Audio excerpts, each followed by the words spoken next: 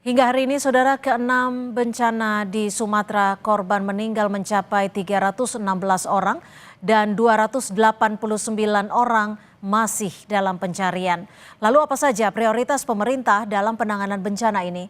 Kami bahas bersama tenaga ahli utama KSP Respiratori Sadam Al-Jihad dan Bupati Tapanuli Tengah Masinton Pasaribu. Selamat petang Bang Masinton, Mas Sadam. Ya, Ya, saya ke Bang Masinton dulu. Bang Masinton, seperti apa penanganan di Tapanuli Tengah sendiri hingga sore hari ini?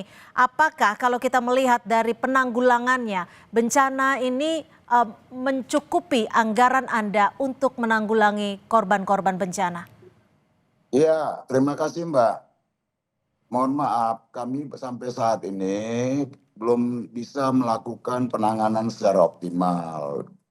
Penanganan secara optimal kepada korban tadi karena dikondisikan keterbatasan kami. Saat pertama, personel pegawai kami yang juga adalah sebagian besar 80% itu juga adalah korban.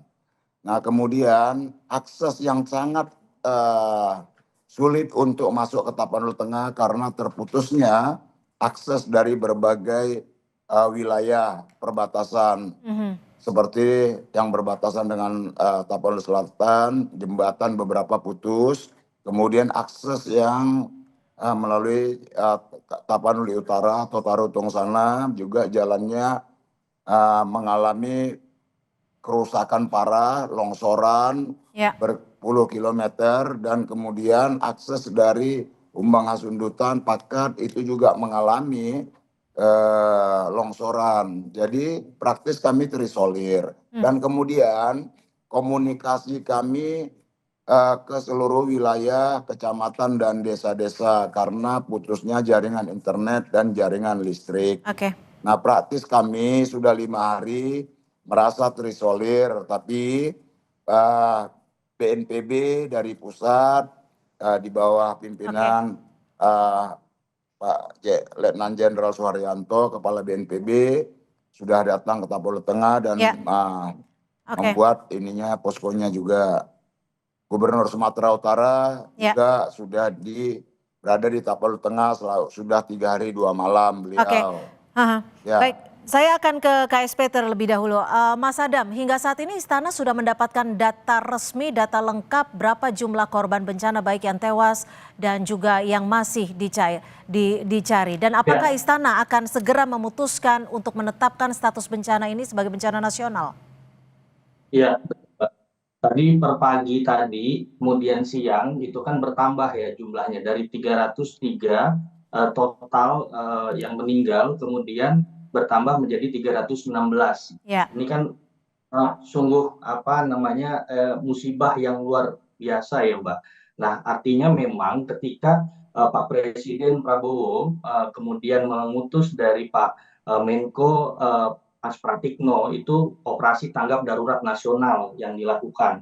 Adanya BNPB, TNI, Polri, kemudian Basarnas, Kemenkes, Kementerian PU, Kemensos ini bergerak 24 jam nonstop, Mbak. Nah, dalam posisi ini sebetulnya tadi kalau ditanya terkait dengan apakah bagaimana terkait dengan bencana nasional, nah sebetulnya tidak menutup kemungkinan, Mbak. Tapi memang perlu kita lakukan bagaimana data dan kajian dari BNPB itu sendiri. Yang kedua, bagaimana nanti tetapi sebelum itu Menteri Keuangan pun siap untuk mendistribusikan dananya APBN-nya untuk apa? Untuk bantuan di Sumatera Utara, di Sumatera Barat, dan juga di Aceh. Artinya operasi tanggap darurat nasional ini sebelum kita menunggu ataupun melihat kajian dari berbagai macam kementerian dan juga stakeholder itu kita bisa bergerak dengan cepat dan cepat.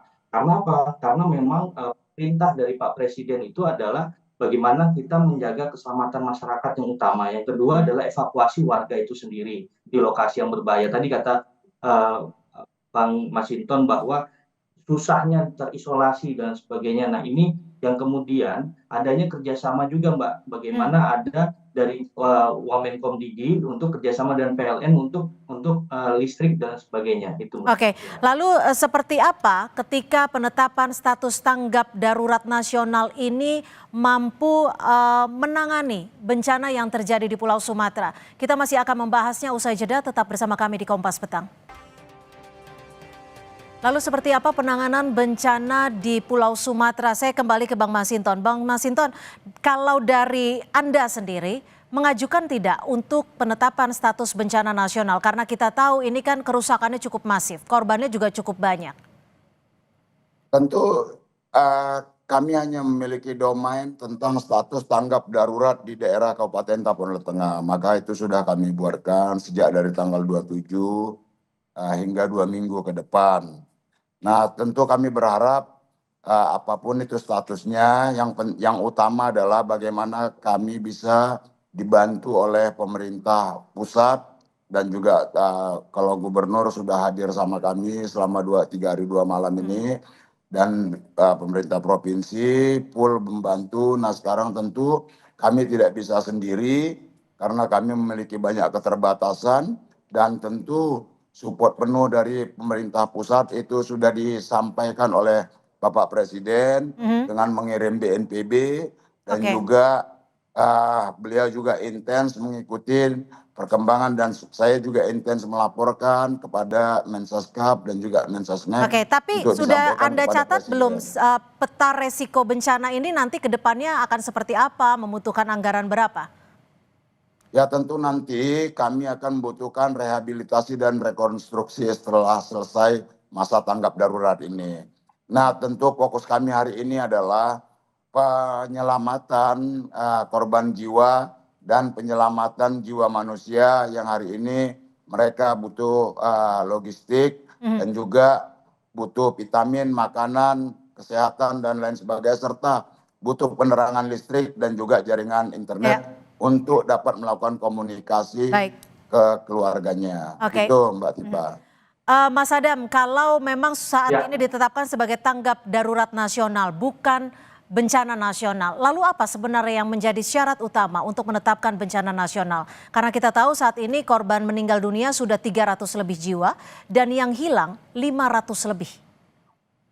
Ya, yang pertama tadi disampaikan oleh Bang Masinton bahwa kita lihat dulu kan ada kesiapan daerah, ada kesiapan provinsi, ada kesiapan pusat, tapi juga kita bisa melihat syarat-syaratnya, jumlah korban, kerugian harta benda, kerusakan prasarana, kemudian cakupan wilayah yang luas, dan dampak sosial ekonomi yang ditimbulkan. Nah, ketika ini kan dalam posisi kita ini sedang melihat lapangan dengan tadi darurat tadi itu, Mbak. Darurat ini kan ada 2 hal. Yang pertama adalah evakuasi, yang kedua adalah distribusi. Nah, darurat ini berjalan dengan maksimal dulu. Nah, bahkan tadi yang saya sampaikan, Menteri Keuangan itu walaupun belum ditetapkan bencana nasional, di Kementerian Keuangan siap menyalurkan dana darurat untuk daerah yang terdampak. Jadi sehingga akses pendanaan dan logistik nasional tetap terbuka.